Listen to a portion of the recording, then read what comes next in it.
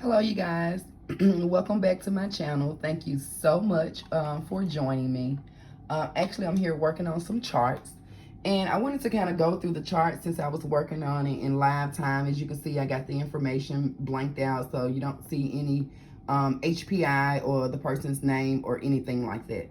So let's go ahead and work inside of the chart. I want to show you.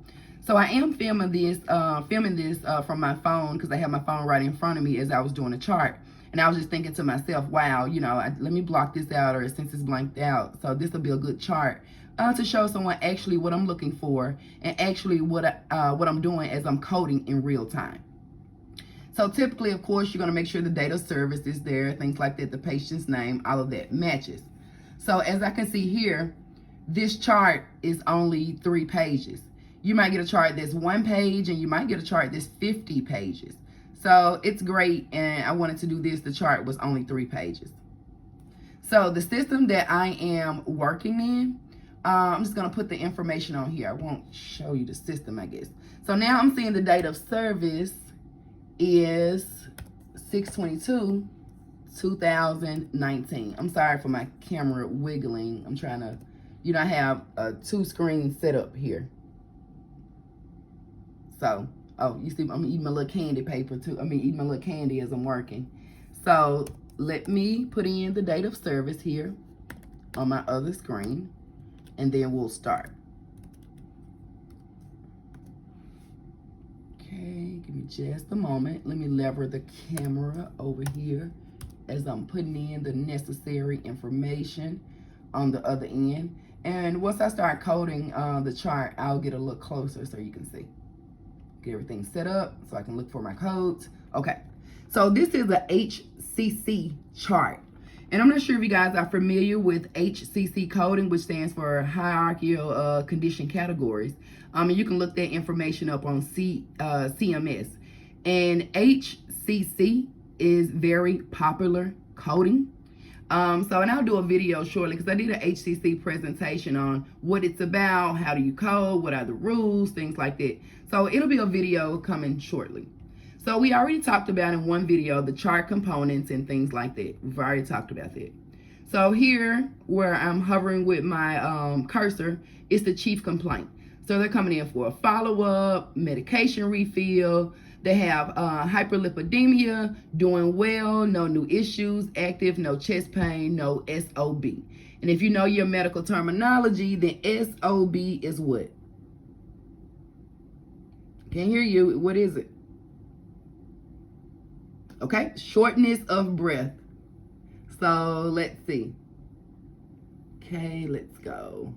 So from the chief complaint, and the chief complaint is basically saying why they're coming into the doctor's office. What is going on with this patient? Why did they want to see the physician? So from the chief complaint or the reason for visit, sometimes on some charts, it'll be the reason for a visit. So I know here that this person is coming in for hyperlipidemia. So that's the first code that I can go ahead and code because I know they actively have this because they're coming in for it.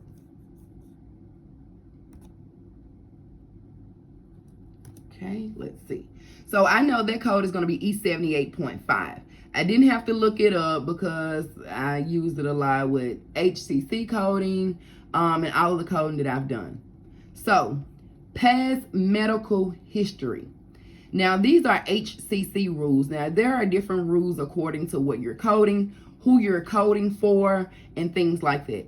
So I'm telling you the rules for HCC and how it goes for this. And HCC is different from just regular coding because there are different kind of codes that you have to make sure you capture for HCC. And again, like I said, I'll make a video to explain more about that. But for those who are HCC coders or know more about it, you kind of know these terms I'm throwing out without me making a video for you, which again, I'll make the video. So make sure you like, comment, and don't forget to subscribe so you won't miss the HCC video. So from the past medical history, I see that this patient has anemia, anxiety, arthritis. You got cervical disc disease. You got hyperlipidemia, which is stable per the patient. I mean, the patient is letting them know. They haven't did any tests, ran any labs, and they just said it's stable per the patient. And remember, we've already captured the hyperlipidemia from the chief complaint. We can code from the chief complaint. Okay, so they have hypertension, which is stable on meds per the patient. They have insomnia. They have osteoarthritis. They have spondylosis. And they have substance abuse issues.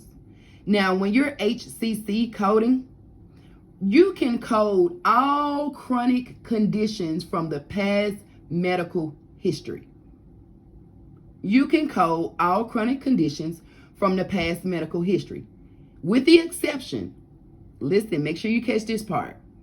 If you see a person has a disease or a condition in their past medical history, but when you go into their HPI or the doctor notes that they wrote pertaining to this specific visit, and if it says something like in the past medical history they have insomnia, let's just use this for an example.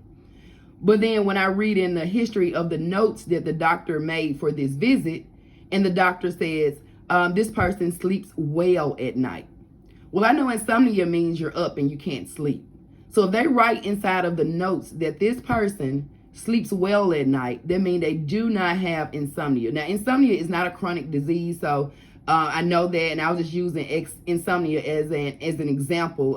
That's the first thing I thought of as I saw it on the list. So if you see insomnia here, because most chronic conditions that you have, you're going to basically generally always have them just about, you know. There are treatments and there are cures for things, but more treatments, and it's just more so of stabilizing what's wrong. So again, if you saw insomnia here, and once you read inside of the doctor's notes that insomnia is no longer this patient's issue, then you wouldn't code it from the past medical history because it's past. The patient doesn't have it anymore. And we're not coding old diseases that's not active with HCC coding. In most chronic conditions, they may not be active at the moment and they might just be laying dormant, but you still have it. So from looking from this list, I'll tell you what we can code. And anxiety is going to RAF to a HCC score. So I'm going to go ahead and put anxiety in. And I know this F41.0. I'm sorry, with the camera. I'm sorry, you guys. So I know this F41.0, and I know that because I just know, you know, a few codes. So arthritis, I'm not going to code that. That's not chronic. I'm not going to code the cervical disc disease. Already coded the already coded the hyperlipidemia. So I won't code that. So now hypertension. That's chronic. So I'm going to code the hypertension, and it's going to be I-10. So the next one is going to be insomnia, not chronic. Arthritis, not chronic. And let's see, spondylosis. I'm not sure about that. So I don't know everything. So I'm not sure if it has a HCC score.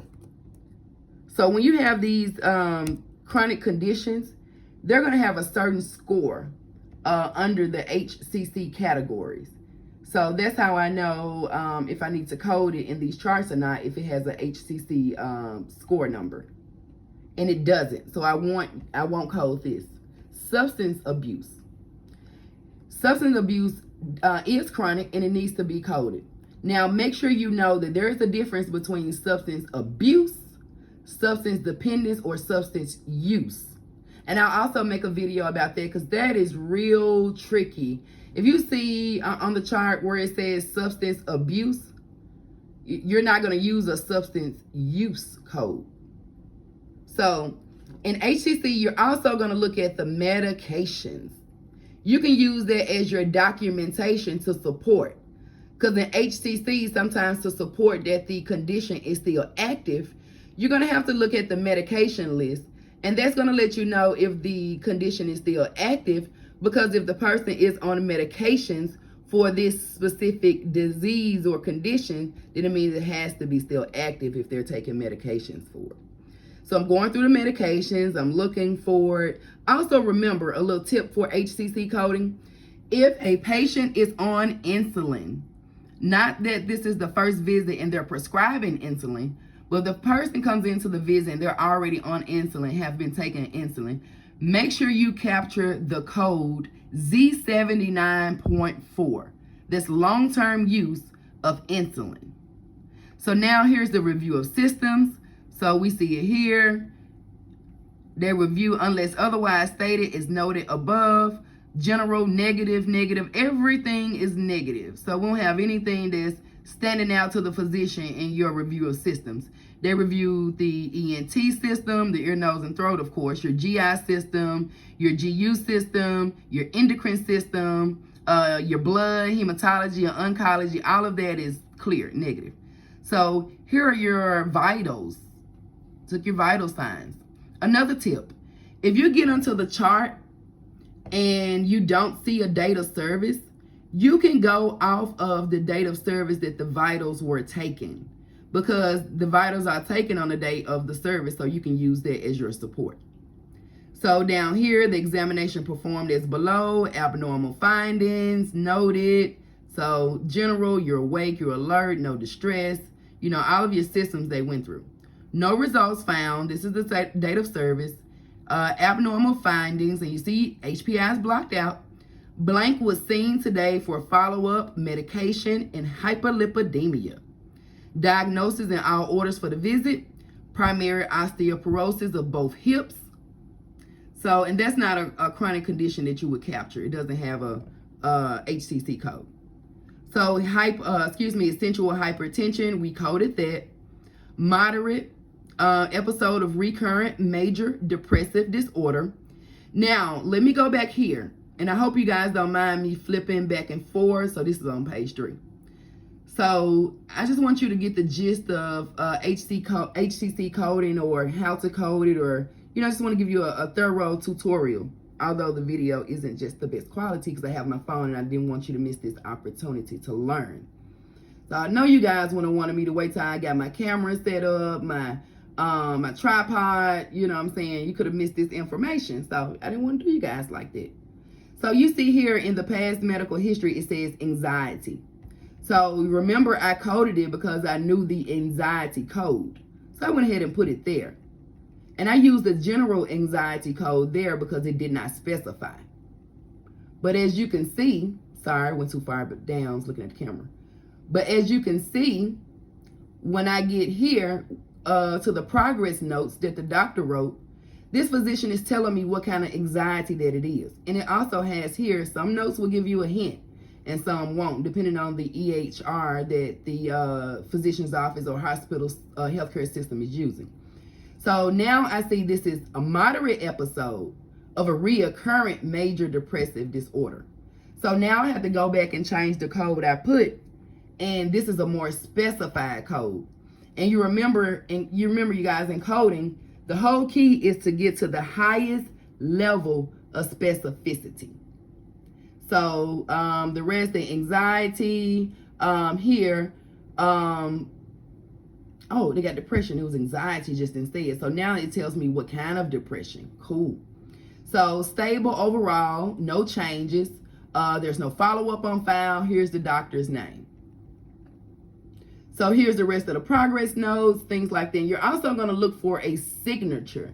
I don't see a signature. This says it was scanned by somebody. This person doesn't have any credentials like a medical doctor behind their name.